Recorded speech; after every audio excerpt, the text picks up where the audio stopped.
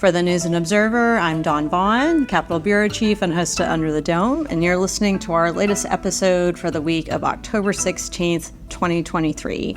I'm joined today by my politics team colleague, Kyle Ingram, and Adam Wagner, who is our environment and climate change reporter. Thanks for having me. And we've got Adam on this week because of the past week at the legislature, all of the veto overrides, a lot which have impact on climate and energy in the state. But our focus today, including that, is about power, about shifts in power, about Lieutenant Governor Mark Robinson's move this past week when Governor Cooper was out of town, and then just the overrides in general. And Kyle and I were in the House and Senate for some of it. Kyle spent a lot more time in there with like all of the overrides with the various bills. So let's start maybe with the environmental impact ones, because that's a couple different bills that were overridden, Adam. So what were these bills actually about? So we will start with Senate Bill 678, which is a bill from Paul Newton, former Duke Energy State President, that basically it revamps North Carolina's renewable energy rules to a clean energy standard and defines nuclear energy as clean energy. Previously, nuclear couldn't be used to meet like portfolio goals, like how much of your power needs to be renewable. Now it can be. And that's important because Duke Energy wants to build small modular nuclear reactors, which are like a new kind of nuclear reactor, as part of their sort of transition away from carbon-heavy resources like coal. And yeah. So why did Cooper veto it, and why did they override it? So Cooper says that it basically provides too much help to nuclear, and it takes away from like solar. The governor would like to see more solar, more wind, and nuclear. It's another resource that Duke can control that isn't distributed. So as we kind of transition away from big power plants, Duke wants to build like new kinds of power plants, like nuclear, where it controls everything. And some renewable energy folks would like to see more solar, more wind, like distributed energy resources that can be owned by more people. So more of a marketplace, less of a monopoly. So some of the other bills that there's a bill that I was focused on is, I think, SB 512, which was this basically a separation of powers bill, but it's about boards and commission appointments, and it takes a lot of the appointments away from the governor. It's Cooper now, but in the future, it's going to be somebody else of either party, and gives more power to the legislature. And some of those are environmental boards. So what's the impact of that? And this is law now. Cooper, once it passed, Cooper already sued within a couple hours, and we knew this was going to happen. And there's also lawsuits about election bills we'll talk to Kyle about in a minute. But what's the impact of the board changes with the environmental boards? Yeah, so the one that's a little more cut and dry is the Utilities Commission, where right now the governor appoints all 5 members. This would give the General Assembly two of those seats, basically. That's important because they're kind of doing this. They're deciding on what this renewable energy transition is going to look like. Is it going to be nuclear? Is it going to be solar? How much of each? Is wind going to be part of it? So now the General Assembly gets more of a say in that than they had previously, or they get to decide who gets to have a say in it. So they get more power about power. It absolutely does. It's more power. Okay. So the Environmental Management Commission one is a little more interesting, though, because there's a 15-member board. The governor had 9 seats. Now he'll have 7 seats, with the General Assembly getting 6, and Agricultural Commissioner Steve Troxler, or whoever that is, coming up, getting 2 more. So the governor does not have the majority of the seats on that board, which is central to this legal challenge. Going to the elections bill real quick, that change would have been effective as seats rolled off of that board, which environmental groups were not happy about but okay with, because it gave them some runway to accomplish what they wanted to accomplish in terms of new rules, things like that. The elections bill that we're going to talk about in a second makes those changes immediate. So. Right. All right, Kyle, you've been like all things election, and what did you think about the way the overrides happened? I thought the kind of vibe in the chambers was a little bit different than when they first started overriding vetoes in session. I don't know if it's because this is just what it is now, or maybe even though everyone's upset about the overrides, it's not the same thing as something like abortion or the pistol permit, or something like that. What did you think about with the sort of the tone of the debate and then the specifics of this one election or two election bills? Yeah, so we're at 19 successful overrides now this session alone, which House Speaker Tim Moore told us was a record number. And you did see in the Senate, at least, a lot of these went through pretty quickly, the overrides. It was seemed as though the Democrats had picked sort of a designated speaker on each one. They did their speech, then the votes fell as they did. The House put up a little bit more opposition, I would say. The debate went on longer, especially with these elections bills. So these have been in the works for months. We've got two, SB 747 and SB 749. The first one is just an omnibus of changes to how elections are conducted in North Carolina. A lot of these were called for by these election integrity conservative groups. The biggest changes are that for a while now, North Carolina has allowed absentee ballots to be counted if they come in 3 days past the election date, so long as the mail was postmarked by the day of the election. That's gone now. All absentee ballots can only be counted if they come in by 7:30 p.m. on election day. Some of the other big things is that there's no longer going to be the allowance of any private money for election administration. You saw a lot of that in 2020, where there were these national grants going to elections boards to help them conduct elections. That's not allowed anymore. There's changes to same-day registration. There's a lot more power given to partisan poll observers. It's a very long list of changes. If you look through that bill, it's going into a lot of different aspects of election administration. It seems like the partisan poll observers is something that people are particularly concerned about, I guess. Democrats have charged that this could violate the Voting Rights Act. They say it could lead to increased voter harassment at the polls. Now, we already had partisan poll observers, but this increases some of their abilities, their freedom to walk around the voting enclosure, and raises the ability of poll observers that can be in a voting place at one time. So what people who are opposed to this measure say is that having all these people watching people vote, especially if they're like clearly one party or another, is going to intimidate voters at the polls.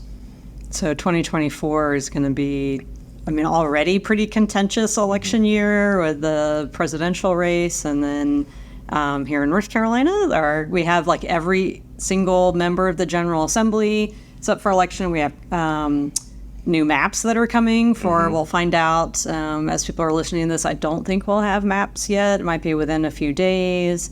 But that's the thing about recording a couple of days before you listen, that who knows what would change. But there could be, people double bunked, or people being, punished for not supporting someone's bill or the other, and, basically being, redistricted out of their place. And then the congressional maps we'll see too. When we were sitting in the House the other day for the veto overrides, all of a sudden, former Representative Zoka was sitting on the bench with me, and he I think he got double bunked and ran for or he's going to run for Congress, and that didn't work out with maps, and was not happy about it. I remember on the floor in some comment, he's a Republican, when they did that. So I don't know if he is back in town in the building because he's hoping for a new district or option once the maps are out, but we'll see about them. Well, on top of all that, the boards that certify and conduct these elections are going to be massively changed as well. That's the other bill that passed.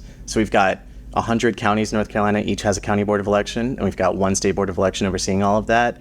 For most of recent history, those boards have had a 3-2 majority of the governor's party, so they've been Democrats for a while.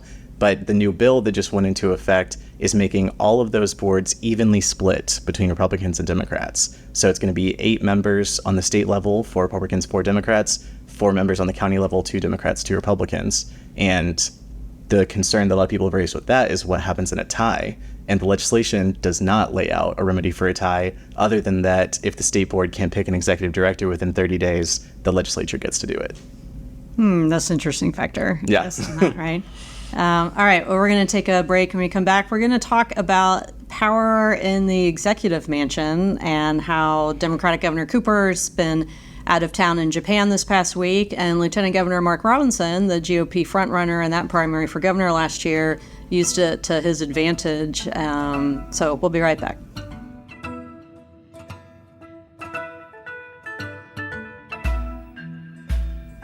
You're listening to Under the Dome. I'm Capitol Bureau Chief Dawn Vaughan, here with politics reporter Kyle Ingram and environment and climate change reporter Adam Wagner. We've been talking about all different kinds of power.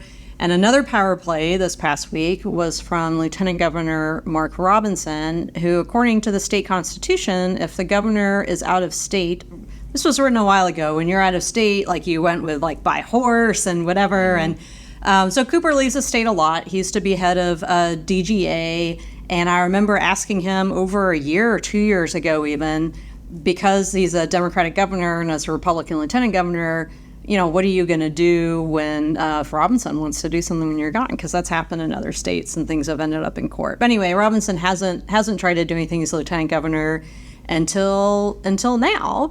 And his office sent out a press release asking reporters to come to a special event at the legislative building, which is where Robinson has an office. He really doesn't use it. The lieutenant governor of North Carolina has very little power. You're on some boards, so actually there's a lot of power in some boards, but not compared to other states.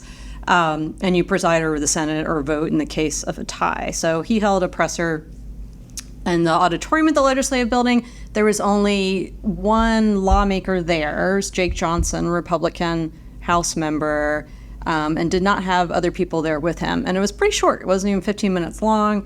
And it was about Israel. I don't need to tell any of our listeners about what's going on with Israel and the war with Hamas.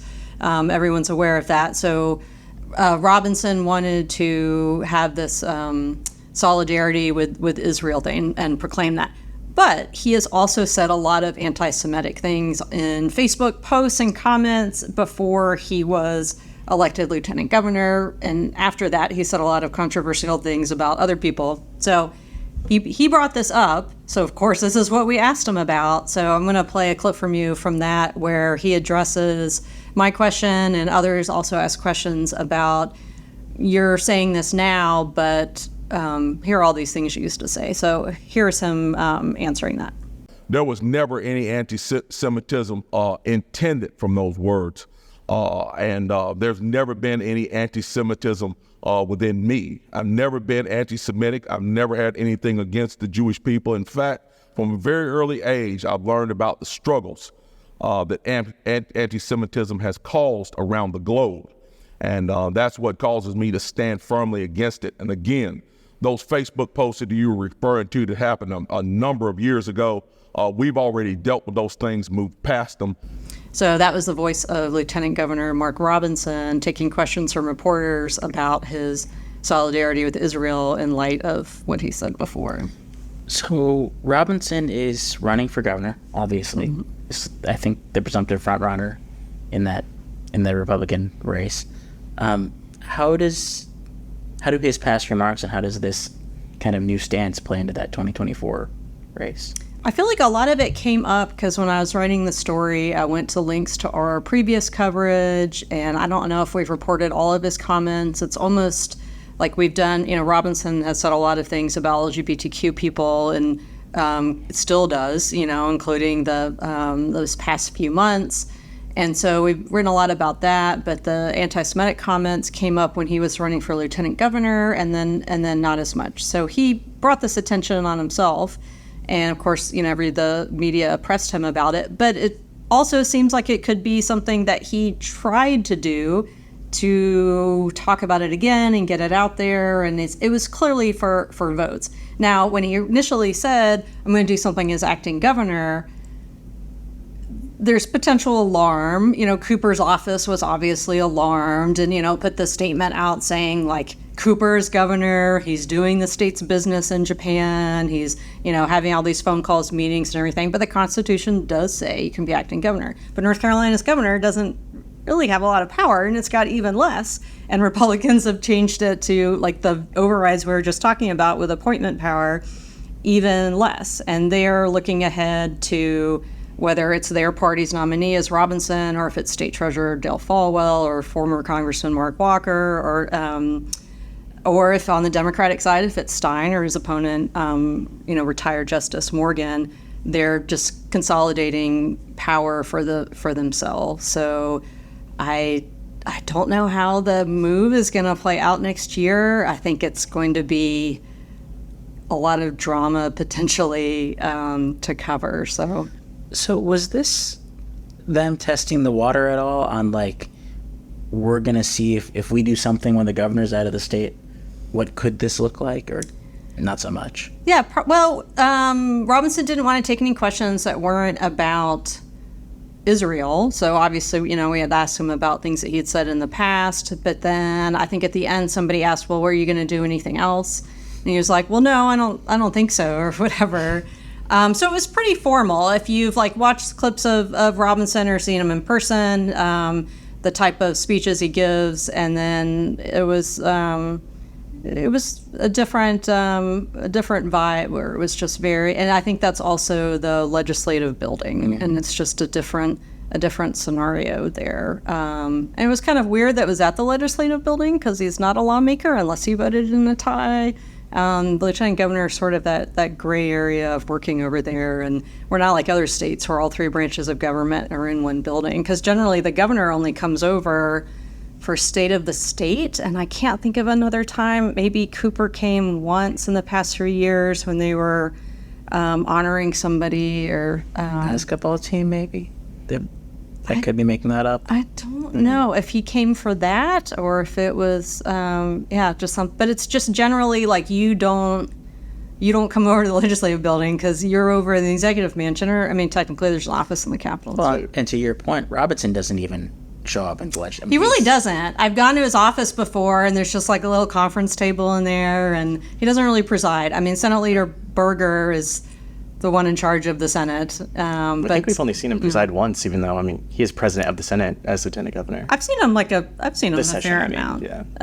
But it seems intentional when he wants to come, when it's particular the overrides of the transgender bills, because that's a lot of what he talks about negatively. So I think that, I don't know. Well, it seems like everyone's thinking about the next election, the short session. I know we're not done with the long session yet, but the short session is going to be a lot of, power plays in a sense of attention because they're running for office. So anyway. It's not a casino joke, is it? Yeah, sure. Yeah, all right. All right, let's move on to headliner of the week. I'll go first. My headliner is that one of the Christmas trees in the White House this year is from North Carolina, the one in the Blue Room, and it's just a testament that North Carolina is everywhere. And I feel like we've had the turkeys part in there, we've had the Capitol tree, we've had White House trees before. It's just we got a lot of cool Christmas trees here, so everybody wants them. So that's my headliner. Kyle, what's your headliner? Mine this past week was Fat Bear Week, which I believe is put on by the National Park Service. Once a year, they just release pictures of fat bears, and everyone gets to vote on which one's the coolest or whatever. And we almost had that taken away by a government shutdown, but one of the big priorities, I think, was making sure Fat Bear Week continued to happen. So I'm glad we got that. Did you have a favorite fat bear? I can't remember its name, but they released the winner today, and it was definitely a big fat bear. Adam, what's your headliner I'm of the going to week? stick with the National Park Service theme and just say the National Park Service. They bought 2 houses in Rodanthe on the Cape Hatteras National Seashore. So as the beach erodes, these houses end up literally on the beach, which is National Seashore land, and they're going to fall in someday. And so the National Park Service has to come along and clean this up, and they decided rather than doing that, we'll just buy these houses. So that's kind of a new approach for them, and we'll see if they keep doing it. We'll see if it works. I don't know. I just know that when I was out there during Hurricane Lee, or tropical storm, I guess at that point, I was standing right next to those 2 houses, and I looked down, and I am way too sure that I was standing right on top of its septic tank with water coming in, and hightailed it out of there. So. All right, nature themed episode for our headliners and a lot of our everything else we talked about. So more power, more environment, more everything to come. Thanks, Adam Wagner for joining us on this episode, and Kyle Ingram, as always. I'm Dawn Vaughan. We'll talk to you next time.